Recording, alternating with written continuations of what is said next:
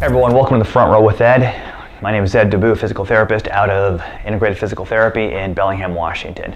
This is the third part of a three-part series on shoulder pathology and pain. The first part we talked about what the rotator cuff is and kind of what the muscles look like. The second part we talked about simple tests that you could do at home, even by yourself, to help determine what type of injury you may have to your shoulder. The third part is, okay, now what do we do with this information? How do we strengthen the rotator cuff?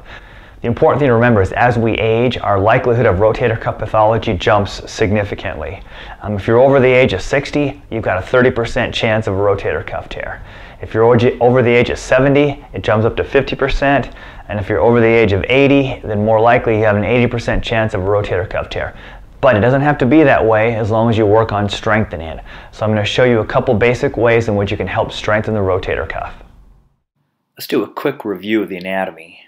Four muscles of the rotator cuff. The first one is the subscapularis, which is an internal rotator. It's up underneath the scapula.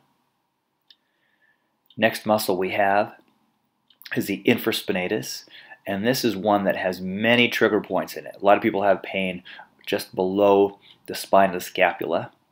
Then we have a small one, the teres minor.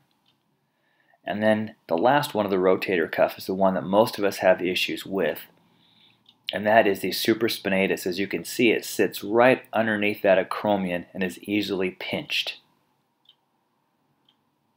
Remember what three of the four rotator cuff muscles do. They're external rotators. So what we want to try to do is get some TheraBand here. You've got to have good posture here. So we talk about putting the scapula in the back pocket. So if I didn't have a shirt on, you could see scapula back and down. So scapula's in the back pocket is really what we're after. I've got a contraction of my core, squeezing my butt tight, doing a little posterior tilt, tucking my tail, imprinting for all you Pilates people out there. Scapula in the back pocket here, and I'm coming out this way. This exercise has been called W because it kind of looks like a W when I bring my arms out. Take note of any weakness on either side if there's any pain. If you do have pain, lighten up the tension a little bit. Make sure you keep your scapula in the back pocket. In terms of reps, what we're looking at here is probably 3 sets of anywhere from 10 to 15 reps. All of these exercises are going to be variations of external rotation against resistance. This next one here, I put a knot at the end of my TheraBand. I'm going to put it in the door jamb about elbow height, and I'm going to shut that right there. I'm going to grab a small pillow, towel, whatever I have, something to keep my arm out roughly 30 to 40 degrees. Once again, I'm going to keep my scapula in the back pocket and I'm going to rotate out. You can find which one feels the most comfortable to you. Once again, once you start to get too fatigued, you might start compensating, so make sure that you don't go all the way to complete failure. A little bit of muscle soreness is great, but I don't want complete failure of that rotator cuff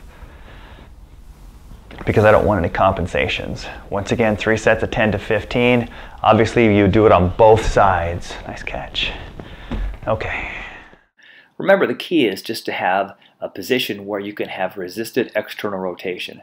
This is just another example. You wouldn't have to do all 3 positions, but here I'm lying down, a little pillow under my arm, and I've got a dumbbell, slowly going into external rotation, keeping my scapula in the back pocket. Once again, 3 sets of 10 to 15, not all the way to fatigue. Let's summarize what we've learned. All of us, regardless of our age, need to be on a rotator cuff strengthening exercise because as we age, like I said, the likelihood of tearing that muscle goes up significantly. And if we want any type of dynamic function of our arms or any type of higher level activity, we have to have a rotator cuff that works well.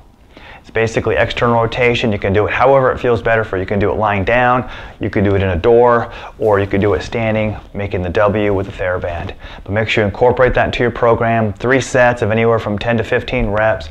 And if you can, put that into your program 2 to 3 times per week. All right, if you have any questions, let me know. Hopefully you enjoyed it. If you've got any other additional questions, email me, let me know, message me, and I'll be happy to answer them best I can. All right, take care. Good luck.